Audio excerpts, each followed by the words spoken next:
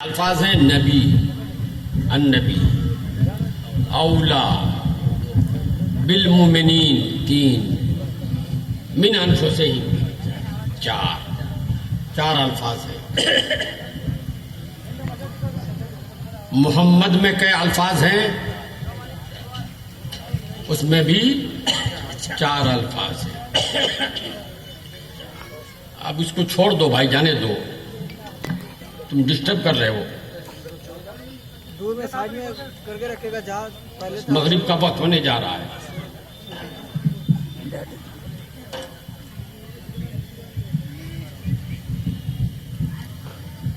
قرآن نے 4 الفاظ استعمال فرمایا، النبی 1، اولا 2، بالمؤمنین 3، من انفسہم 4۔ نبی کا نام کیا ہے؟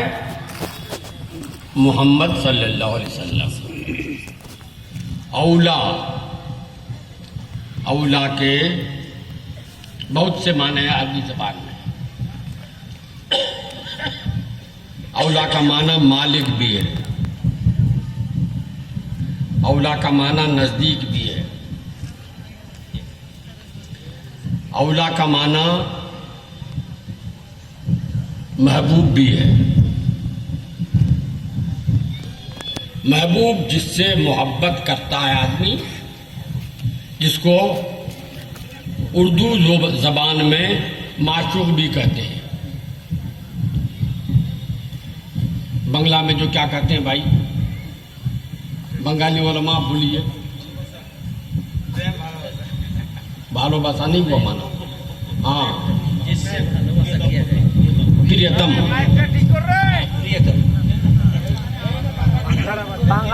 اس کو بند کر دو، اس کو بند کر دو۔ تو دور میں رکھے، دور میں جو سائڈ میں پہلے تھا وہ تو صحیح تھا۔ تو محبوب کا معنی ہوا بتا رہے ہیں یہ لوگ، بنگالی مولانا لوگ، پریتم، پریتم تو اولا کے معنی ہے پریتم۔ اردو میں اس کا معنی ہوا محبوب، تو نبی محبوب ہے۔ بالمؤمنین کس کا؟ مسلمانوں کا۔ نبی محبوب ہے مسلمانوں کا، اور خالی محبوب نہیں، من انفسہم، مال، دولت، بھائی، برادر، زمین، جائیداد، بلکہ خود اس کی جان اس سے بھی زیادہ محبوب ہے۔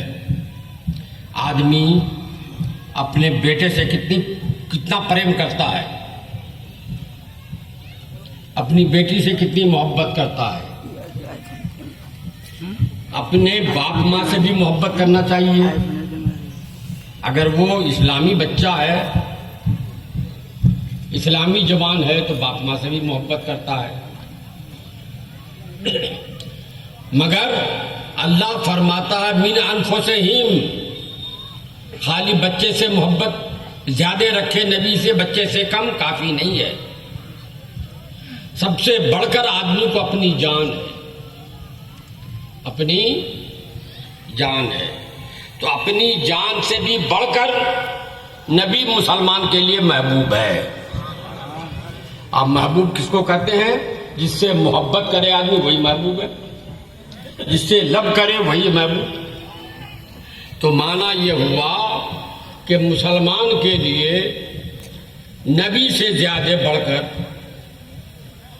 اس کی اپنی جان بھی محبوب نہیں ہے۔ اس کی مثال میں دوں آپ کو،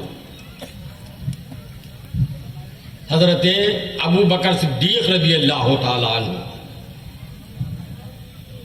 پہلے خلیفہ، وہ تو شروع میں مسلمان ہو گئے تھے، سب سے پہلے مسلمان ہوئے مردوں میں۔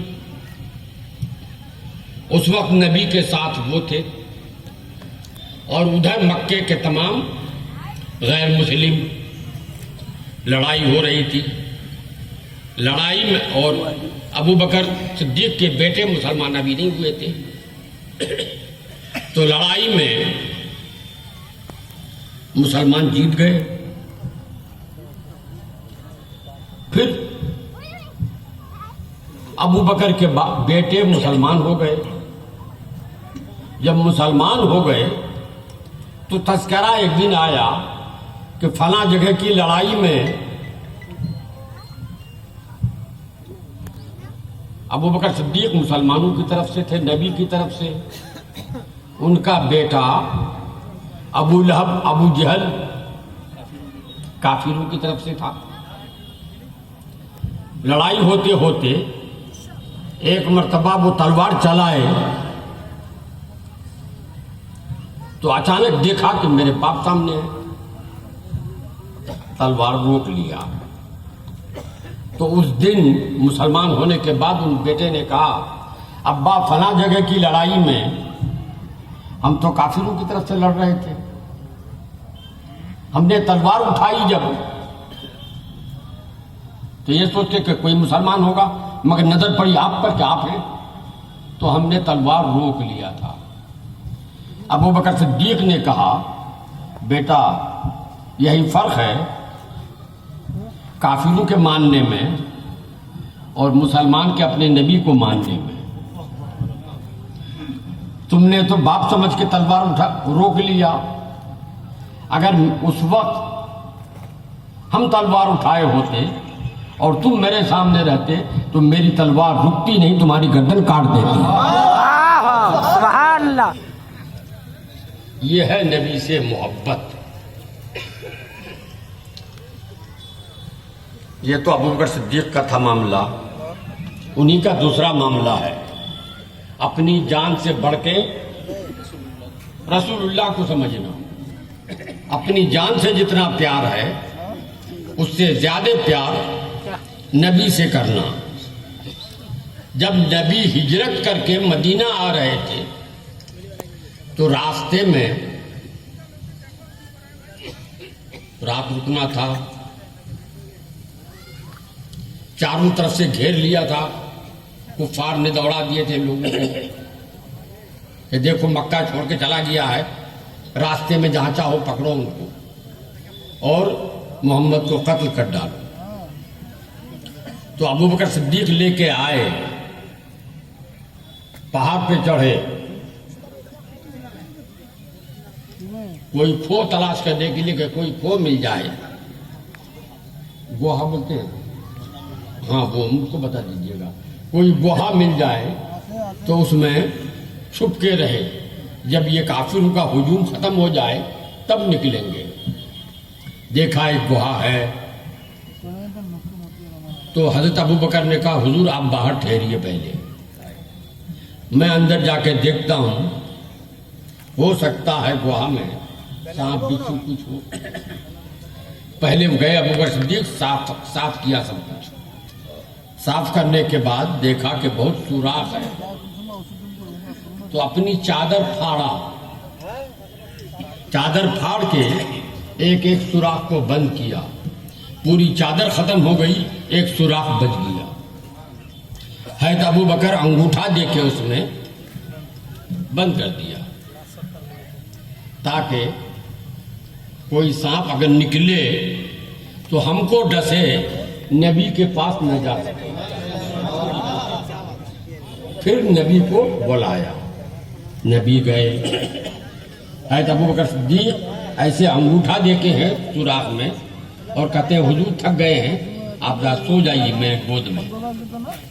تو حضور اپنا سر ابو بکر صدیق کی گود میں رکھ کر سو گئے. اب ادھر سے ایک سانپ نکلا، ہر طرف دیکھا کہ بند ہے، جتنا سوراخ تھا سب بند پایا تو اس سوراخ میں آیا، یہ سوراخ بھی بند. سانپ سمجھ گئے اب بند ہے تو کبھی کبھی پاؤں تو ہلتا ہے، اور جو وہ چادر پھاڑ کے دیا تھا تو وہ تو ہل نہیں رہا تھا. سانپ سمجھ گیا کہ اس میں کوئی آدمی ہے روکے ہوئے راستہ.